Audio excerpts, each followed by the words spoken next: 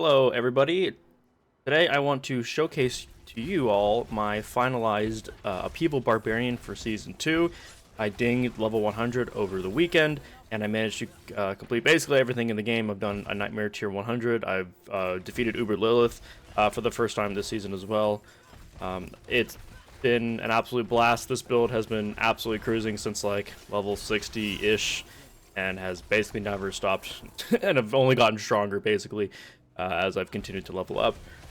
Upheaval Barbarian got buffed this season alongside all the other changes to critical damage and vulnerable damage and rebalancing the game and all that, so Barbarians are absolutely cooking this season, and I've had a ton of fun using Upheaval this season, and it's definitely been the strongest iteration of the build so far that I've ever made. So yeah, I just want to go over everything and talk about, what I decided to run with, and talk about items and stats, gear, Paragon, all that jazz. So check the timestamps for any specific things. I will have some mentions relating to like leveling and other alternatives, like what uniques to use and other options you can make with the build if you want to change some stuff around. But anyway, let's just roll right into it. So yeah. Alright, so for the skill tree, I'm just going to blast through this. We got combat, or lunging strike with a combat lunging strike. This gives us a source of berserking, and it's a nice mobility tool. There's a reason why lunging strike is one of the most popular basic skills for barbarians. Of course, our core skill of choice is going to be upheaval. We're going to run this with furious upheaval for the damage multiplier when you hit with anything that isn't upheaval. Violent upheaval, we don't really need to use this because we have other sources of berserking that we don't actually need this source of berserking from Upheaval itself. I chose to work in Iron Skin instead of any shouts or anything like that. This just is a nice defensive button. It also will grant us Unstoppable with the Iron Warrior aspect, which gives us both damage reduction and Unstoppable when we do use Iron Skin. Ran that with Strategic Iron Skin for another minor source of Fortify. Passives, I picked up some additional max life, as well as 2 points here for damage reduction against elites. We skip basically all the skills here, but we do pick up movement speed from the passive, as well as aggressive resistance for damage reduction while berserking, which we'll be doing all the time. And then we also gain fury generation while berserking as well. We're going to be using 2 of the weapon mastery skills. It's going to be Death Blow paired with Warrior's Death Blow. This grants us one of our major sources of berserking for the build. And then Steel Grasp paired with Fighter Steel Grasp, which gives us, again, another source of berserking. These 2 skills, along with Combat Lunging Strike, are going to be our sources of berserking, and with enough crit chance, this combat lunging strike will proc basically all the time, or most of the time at least. For extra passives, we got Pit Fighter for more damage against close enemies and distant damage reduction. We got No Mercy, which gives us more crit chance against immobilized, stunned, or slowed enemies. We do pick up Hamstring, which is still not as good as it used to be. It still only works on healthy enemies, but it's something. And then we're also going to pick up the Fortify related passive, so we pick up 1 point here just to gain access to counteroffensive, which gives us even more damage when we're at least 50% fortified, and as well as additional 6% damage reduction when we are fortified. Ultimate skill of choice is going to be Iron Maelstrom, my favorite ultimate skill for Barbarian. You don't necessarily need to use this, but I think it still is pretty fun to use, and it still feels pretty strong, so I do like to use it myself. Of course, pick up all the passives for Iron Maelstrom. We're going to pick up the extra passive here for Heavy Handed, which gives us more critical strike damage with 2-handed weapons. And then for the key passive, the Endgame setup, we're going to use Unbridled Rage. This 135% multiplier is bonkers. And with enough Fury Generation, which we will have once you get pretty geared up into World Tier 4, you won't really have to worry too much about the extra Fury cost. I will make a note here that for leveling specifically, you don't really want to use Unbridled Rage because you don't really need that extra damage because you're already going to do a bunch of damage anyway, or you should be at least. So instead, I would either recommend Unconstrained or Walking Arsenal. But when you get to around like level 65 to 70-ish, maybe, that's a really rough range. And once you're basically generating a lot of Fury very quickly, then you can switch over to Unbridled Rage. I should have made this swap way earlier. I did this at like level 95. I should have been using it since like level 80 at least. So, but up until that point, I was using Unconstrained for most of my leveling for this character. But again, Walking Arsenal is still a pretty strong damage bonus. So you can kind of go in between these. But definitely want to pick up Unbridled Rage because that extra damage for Upheaval is chonky. And you can deal millions and millions of damage just with this passive alone. So definitely pick that up later on once you're quite a bit stronger. We'll talk about the gear. Just fly through this as fast as I can. We got a helm with just some resistances, life, and death blow, ranks of death blow. Generally, for your defensive stats, you just want to make sure your resistances are maxed. You want to maybe get some life if you can manage that, and some damage reduction if you can manage that. And for helmet, I do recommend ranks of death blow, at least if you are going to use death blow, you want to use that. Chest piece, got total armor, fortified generation, resistance, damage reduction. Yeah, for the aspects, I got the Iron Skin aspect, like I mentioned earlier. Helmet gives me just basic damage reduction. This is even like the Codex version. Like I have a stronger version of this that would give me even more longer damage reduction. So one of the main elements of this build, and I'll talk more about this with the vampire powers, is we're gonna stack a lot of attack speed when we can. It just helps everything flow just so much smoother. And one of the big things is going to be accelerating gloves, which gives us critical strikes with core skills, increase your attack speed. As for stats, the absolute most important things is at least you want to get critical strike chance and ranks to Upheaval, or your two like mandatory stats. You really want at least both those stats. But like strength, attack speed, and stuff like that are still going to be very good. Pants, I just have more defensive stats, armor, resistances, damage reduction. One of our two sources of Fortify are going to be Numbing Wrath, so we gain Fortify whenever we generate Fury beyond our max, which will happen fairly often, but most of our Fortify will come from one of the Vampiric powers. For boots, we are going to have Critical Strikes grant us movement speed. This is the Wind Striker aspect. And then for boots, just go with at least movement speed and use it to cap your resistances, otherwise it doesn't matter too much on boots, but definitely you want to make sure you have at least movement speed and some resistances. For jewelry, for the amulet, I ended up getting some movement speed, armor, cooldown reduction, and make sure you get it with a passive ability on the amulet that at least works with the build. For me, I ended up getting No Mercy, so I just roll with that. For the aspect, I throw in Limitless Rage, which gives us more core skill damage whenever we generate Fury beyond our max. For rings, I throw on Expectant aspects, so every basic skill will then buff our next core skill. Again, very similar to other offensive stats, you want to get at least critical chance. But for Barbarian specifically, we really want damage while berserking. This is kind of a new scaling stat, which will pair with one of the Paragon nodes, one of the legendary Paragon nodes. So damage while berserking is extremely good, and so is critical strike chance, at least for this build. We want to have a pretty high critical strike chance, both for the damage and also so that we can more easily proc the combat lunging strike with the critical hits from there. And then we have the ring, we have Berserk Fury, which grants us Fury per second while berserking, and we'll be berserking basically all the time. So again, more crit chance, damage while berserking, max life is also pretty good. For weapons, what I ultimately ended on, and again, I'll have a section with some variants for non-unique setups and other things like that later in the video, but for what I landed on is a legendary two-handed bludgeoning weapon. This had Edge Masters on it, so 40% more damage based on your primary resource. All stats, strength. Basic skill damage is not really that important. I probably could roll like damage while berserking instead. That would be much better, but core skill damage is definitely going to be pretty high up there as a important stat. For my one-handed weapons, I ended up with Rapid for more basic skill attack speed, damage while berserking, strength, all stats, all that fun stuff. For the sword, we have Berserk Ripping, just as a consistent source of bleeding, so at least everything will be bleeding that we hit. And for my two-handed slashing weapon, endgame version, I'm going to recommend Ancient's Oath, almost purely for two things. One, it has damage while berserking, and of the unique effect. So enemies hit by Steel Grasp take a multiplier increased amount of damage. I almost max rolled it. I got 48%. So 48% more damage when you pull in, not even when you pull in enemies, just enemies hit by Steel Grasp, which means this does work on bosses that can't be pulled. And this basically sets up like a combo, more or less, where you will just pull in an elite and then you upheaval them, and they're almost guaranteed to die no matter what. Even if you don't crit, they're almost guaranteed to die. Even on like Nightmare 2 100, I was one-shotting elites when I pulled them in with Steel Grasp using Ancient's Oath. So I absolutely love this weapon, and I think it has worked incredibly well for me so far. For Paragon, let's just roll through this. The 5 main, glyphs I ended up using is going to be Mortal Draw. This is mainly for the additional bonus where we grant 18% critical hit chance when we do swap weapons.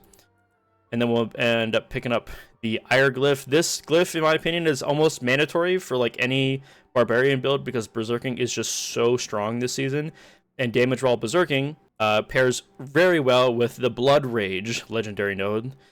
You want to get this basically as soon as possible and scale it up as much as you can.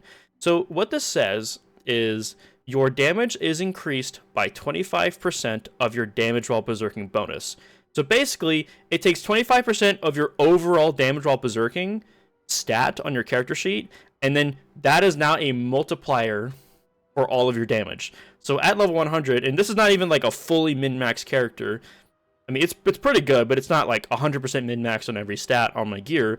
And even with this, it's still an extra 77% bonus multiplier damage, which is a lot. So, and this can just continue to scale as you get better gear with more damage while Berserking, as you gain more damage while Berserking magic nodes and rare nodes, and leveling up the Ire Glyph as well gets you even more damage while Berserking. So this alone is a humongous damage spike for Barbarians, which is why I prioritize getting this as the very first board while leveling up. The second one I went into is going to be the Carnage board, which just grants us more attack speed while Berserking, or when we crit while Berserking, which should happen all the time anyway. For the glyph, we went with Might, and this is to buff the magic nodes on this board, and would you look at that? Damage while Berserking magic nodes, which grants us an extra 18% damage while Berserking, on top of the fact that there's an extra 20% here from the rare node itself. I pick up even more damage while Berserking here on the way up to the next board, which is going to be Flawless Technique. This gives us a stacking critical hit chance when we damage enemies with our one-handed weapons, which we'll be using Lunging Strike with one-handed weapons to do that. So we basically just get a free 8% critical hit chance.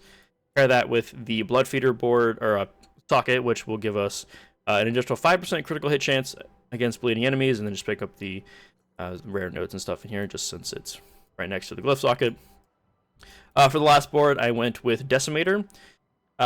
This is not extremely important, but the extra 10% damage when you make an enemy vulnerable is pretty nice. And if you do luck out and you overpower a vulnerable enemy, they grant an extra 10% damage. So it's not too bad, but it also is the least important legendary node in my setup. And for the final glyph, we ended up with Undaunted. This just gives us an extra damage while fortified and also an extra 10% damage reduction for the more fortify you have. And I'm going to pick up the rare nodes along the way. So yeah, I'll have a link in the description for a write-up for all this on d4builds.gg. So if you want to have something to reference back, you can go look at that in the description. I will talk real quick about some other minor things. So for expertise, I ended up with 200 axe expertise. I was using 200 sword just for the extra bleeding damage, but eventually I just landed on 200 axe expertise. Because due to Steel Grasp applying vulnerable to enemies, we do at least benefit from this somewhat. Another point that I always try and bring up, because it tends to be pretty relevant in my Barbarian builds, is you, at the very minimum, should be using Lunging Strike with your dual-wield weapons. If you don't know how to do that, if you open up the kind of skills overlay menu here on keyboard, you just hit S, and you can hover over Lunging Strike, and if you hit middle mouse button, you can actually see that it'll swap between which weapons you want to use. I would advise that you use dual-wield weapons, both for the Paragon Board synergy with Flawless Technique, and also for the increased attack speed. If you do end up using Walking Arsenal throughout leveling, you also want to make sure that you at the very least have your Lunging Strike with your dual-wield weapons, and at least have Upheaval / Death Blow on your other two-handed weapons as well. But you just, hit middle mouse button. Oops. Just hit middle mouse button, you can cycle through which ones you want to use for that specific skill. Next, I want to talk about the Season 2 mechanic with the vampiric powers and the ones that I landed on that I like the most. There are like 4 of these that are like almost mandatory for me that I will basically never take off for the build. Those are going to be Undying. This is almost mandatory for every build, honestly, probably. Just getting healed for every single skill you use is quite strong, even if it's only 3%.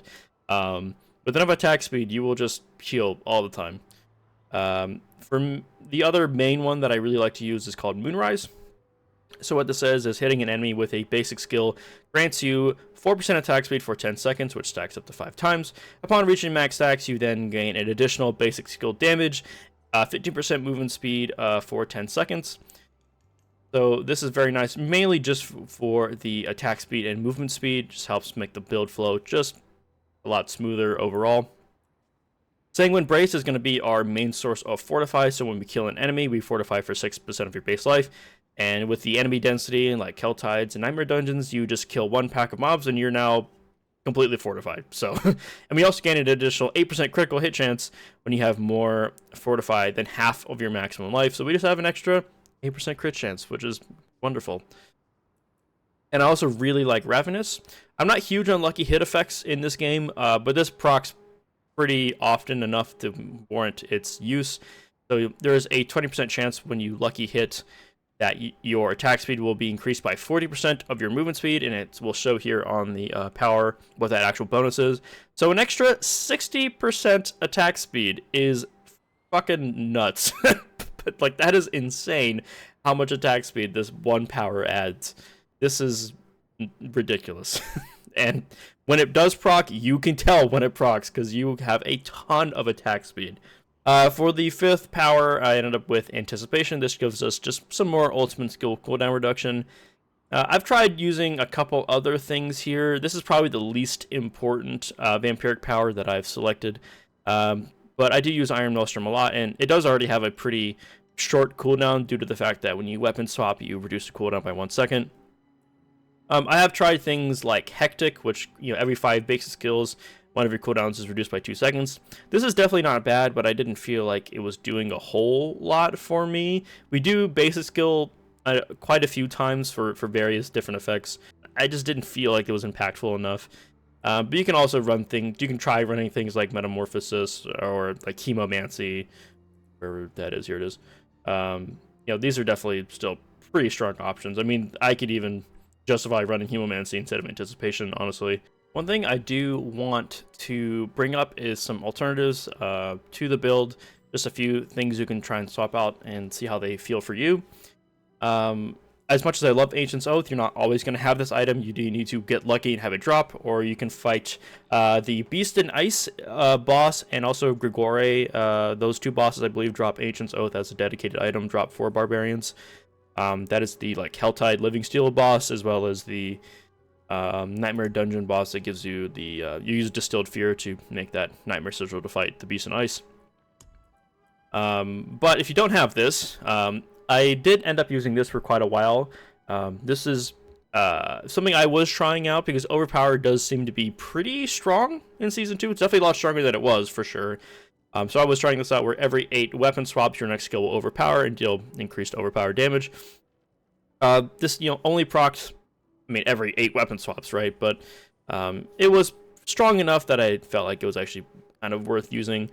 So this is an option you can give a try. You can also give Crouching Wrath a spin as well. I used to use this in my other iterations of the build, but I didn't feel like it was worth using this season because Upheaval can deal so much damage that the bonus damage for Death Blow, while strong, is kind of unnecessary, I guess, in a sense. But this is still a very strong aspect if you want to try and make Death Blow hit very hard. The only caveat is that because I am using 2 weapon mastery skills, that's going to be Steel Grasp and Death Blow. When you spend 100 Fury, this bonus damage can actually be eaten by Steel Grasp instead of Death Blow, so it can be a little awkward to try and keep track of that accurately. So it can get a little messy, but it's still a very strong way to make Death Blow hit insanely hard. And the other thing I want to mention is Hellhammer. So Hellhammer, it is a unique, so you're not always going to have this, obviously. And it did get buffed in Season 2. It now has plus ranks to Upheaval. Plus 6 ranks is quite a lot. If you do a comparison, you can see that in the item card, it shows that I'll deal 118,000 to 145,000 damage. And that like kind of scaling multiplier damage is 139%. And that's plus rank 9 Upheaval with the gloves. But if you put on Hellhammer, you can see that goes up to 185%. Now, the actual damage value did go down a bit, mainly due to the fact that I think the weapon damage is probably scaling that a little bit. Things like strength and other stats like that, because my two-handed bludgeoning weapon has all stats and strength, which is a ton of bonus skill damage that I'm missing out on. But you can see that the scalar multiplier goes from 139 to 185. So Hellhammer is definitely much stronger than it used to be, but this just does more damage. I mean, without a doubt. That extra strength and extra core skill damage on top of the legendary power that you can put, a 200% bonus legendary power because it's a two-handed weapon, is just really hard to beat. I don't know what they can do to this to make it more worth it to use Hellhammer versus a good two-handed bludgeoning weapon, but it was fun to use, and I liked using it for like a few levels, but ultimately I just couldn't justify using this in the end. But it's definitely much, much better than it was in Season 0 and Season 1. One other alternative that I do want to try and highlight as well, that I have tried for a little bit, is instead replacing Deathblow with something else.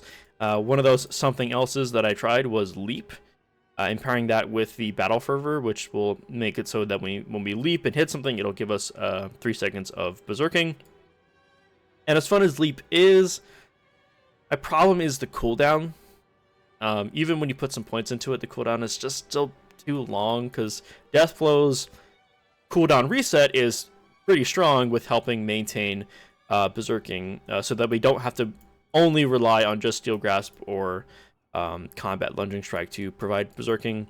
I felt like my berserking uptime was just a little too low for me, for my liking, whenever I was using Leap instead of Deathblow.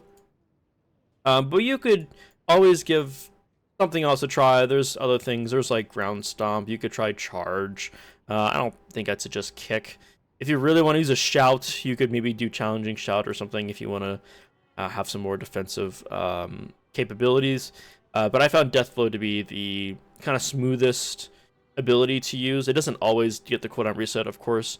But having that button where I can just be like, oh, there's a regular spider, I can just Deathblow it, get a guaranteed kill, maintain my berserking, that was always pretty nice to have, to maintain the berserking buff so that I don't have to rely on Steel Grasp, because Steel Grasp, I want to focus on using this as like a burst option because it pairs with Ancient's Oath, right? So having that 3-second damage window to just delete something is the point of Steel Grasp. And it's less about the berserking duration from Fighter's Steel Grasp, if that makes sense. One very final note, the last thing that I want to bring up as well before I end off the video, is an item that I don't currently have. It is a unique helmet, Tusk Helm of Jorits the Mighty. This is a new helmet with Season 2. It drops from Duriel. I don't have it yet. I'm hoping to get it sometime soon, hopefully. But it has a new unique effect that's entirely revolved around berserking, which is what we're doing all the time. Fancy that. So it says when you gain berserking, while already berserk, you gain a 40 to 60% chance to become more enraged, granting 15% increased damage, 2 fury per second, and 10% cooldown reduction. This helmet seems pretty strong.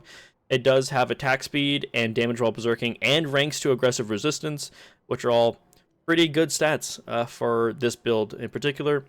If you don't remember, aggressive resistance is the damage reduction passive, which means you will be even tankier while berserking with this helmet. So if you do end up killing Duriel a few times and you get lucky with that helmet, definitely give it a try. It should be very, very strong. So I would love to get that. That's like my last major piece for the build.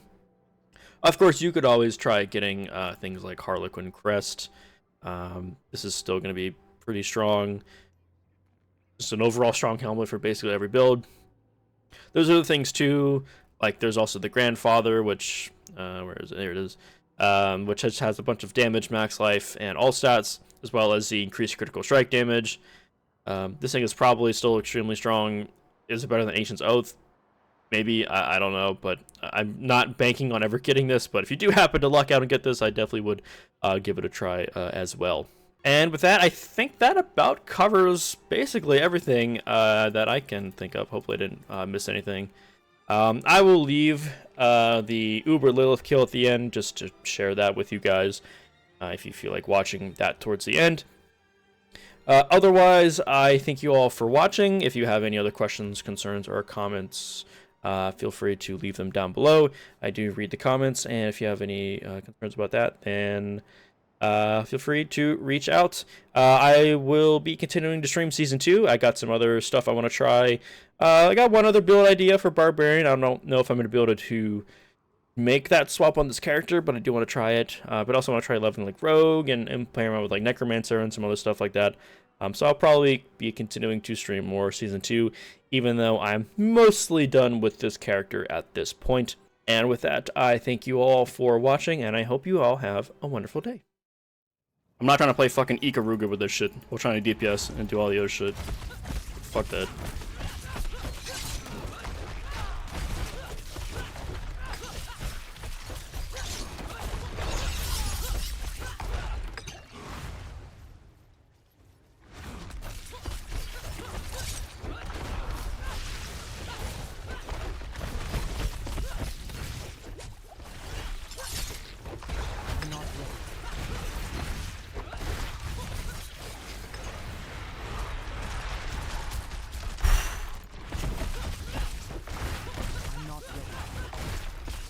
Oh, dang.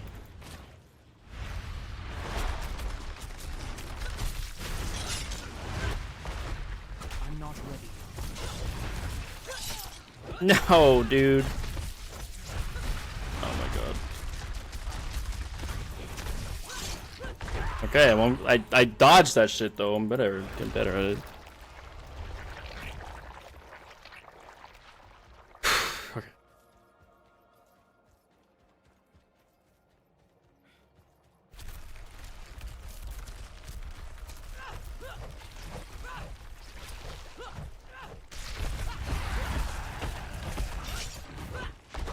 I'm afraid. Oh, that's good. Thank fuck.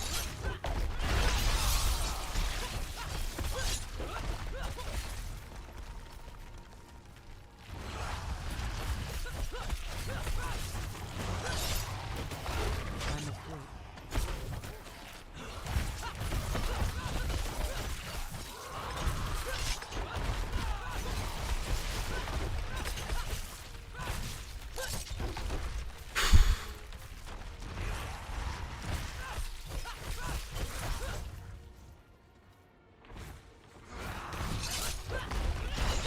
Okay, I just have to live.